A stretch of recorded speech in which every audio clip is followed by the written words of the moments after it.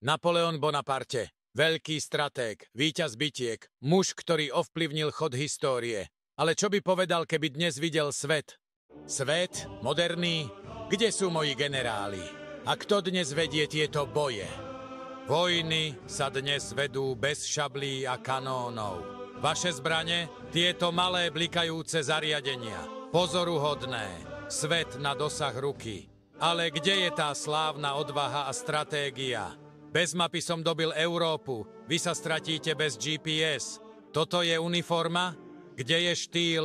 Kde je elegancia? Ale uznávam, že vaša technológia má veľký potenciál.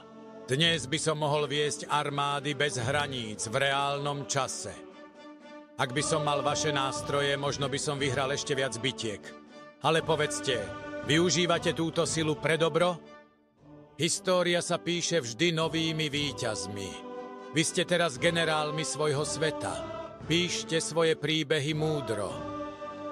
A nezabudnite uchovať svoje víťazstvá a spomienky, aby aj budúce generácie vedeli, kto ste boli. Uchovajte svoje spomienky pre budúcnosť.